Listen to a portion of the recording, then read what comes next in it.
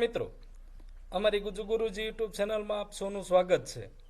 આજે વિદ્યાસહાયક ભરતી 2026 અંતર્ગત ફોર્મ ભરવાની પ્રોસેસ શરૂ છે, ત્યારે ઘણા બધા મિત્રોના કોમેન્ટ બોક્સમાં, વોટ્સઅપમાં અને ડાયરેક્ટ કોલ દ્વારા પણ પ્રશ્ન આવતા હોય છે કે ફોર્મ ભરવામાં ભૂલ થઈ છે તો શું કરવું, ફોર્મ ભરાઈ ગયા બાદ સુધારા થઈ શકે કે કેમ। આ અંગે આપ સૌને વાત કરીએ। ખરેખર તો મિત્રો, તમારા ડોક્યુમેન્ટ સાચા હોય અને ફોર્મ ભરતી વખતે કોઈ રીતે ભૂલ થઈ ગઈ હોય તો તેના માટે સુધારાને અવકાશ છે અને તે તમને પૂરી માહિતી સાથે આગળ વિડીયોમાં વાત કરીએ। પરંતુ મિત્રો, હાથે કરેલી ભૂલને સુધારાનો અવકાશ ઓછો હોય છે। જેમ કે કોઈ એક મિત્રનો એવો સવાલ હતો કે તેમણે ટેટ છે એ પિતાના નામની જગ્યાએ કોઈ અન્ય નામથી આપી હતી, તો હવે ફોર્મ કઈ રીતે ભરવું। ભાઈ, આપણી પાસે ડોક્યુમેન્ટ જે નામે હોય અને એ જ નામે આપણે આગળ નોકરી પણ કરવાની થતી હોય છે। ખાસ કરીને બહેનો માટે ગઈ ભરતી વખતે પણ આ બાબતે ઘણા બધા પ્રશ્નો થતા હોય। આ વખતે પણ ફરી વખત જણાવી દઈએ કે તમામ ડોક્યુમેન્ટ આપણે જે નામે હોય એ નામે જ રાખવા ખાસ હિતાવહ છે। અમુક મિત્રો એમ કહેતા હોય કે ભાઈ, અમે ગઈ ભરતીમાં આ રીતે લાગી ગયા, કાંઈ થયું નથી, પરંતુ એવું બની શકે કે ઘણી વખત તમારું મુદ્દો છે એ ધ્યાન પર ના આવ્યો હોય અથવા તો જે તે અધિકારીએ ચલાવી લીધું હોય, પરંતુ તમારી ખરી સફર હવેથી જ શરૂ થાય છે અને નોકરીએ લાગ્યા બાદ પણ તમારે ઘણી વખત ફૂલ પે હોય, 9નો ગ્રેડ હોય કે એનપીએસ ખાતું ખોલાવવાનું, સીપીએફ ખાતું ખોલાવવાનું હોય, કર્મયોગી પોર્ટલ, ઘણા બધા પોર્ટલ એવા છે કે જ્યાં નામ એક સરખું જોશે, જેમ કે આધાર કાર્ડ હોય, પાન કાર્ડ હોય અને લિવિંગ સર્ટી, આ ત્રણેયના નામ એક સરખા રહેવા જોઈએ। ઘણા બધા મિત્રો એમ કે એફિડેવિટ કરાવી લઈએ તો ચાલશે, પણ આખી જિંદગી મિત્રો એફિડેવિટમાં ચલાવી રાખવું એના કરતાં એક સરખું નામ હોય એ હિતાવહ છે, એવી અમારા ચેનલ તરફથી માત્ર સલાહ દેવામાં આવે છે।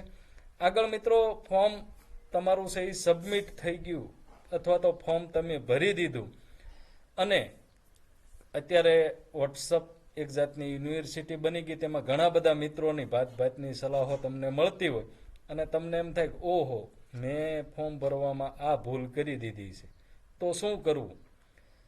ફોર્મમાં ઘણા બધા મિત્રો એવું કહેતા હોય કે એક વખત ફોર્મ ભરાઈ ગયા પછી હવે સુધારો ન થાય, તો તમે છે એ ખૂબ મૂંઝાઈ જતા હો।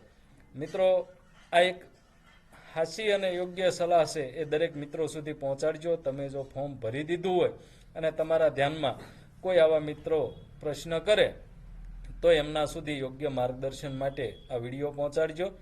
મિત્રો, ફોર્મ ભરાઈ ગયા બાદ પણ આપણને વિદ્યાસહાયક ભરતીમાં 2 વખત સુધારાનો મુખ્ય અવકાશ રહેલો છે।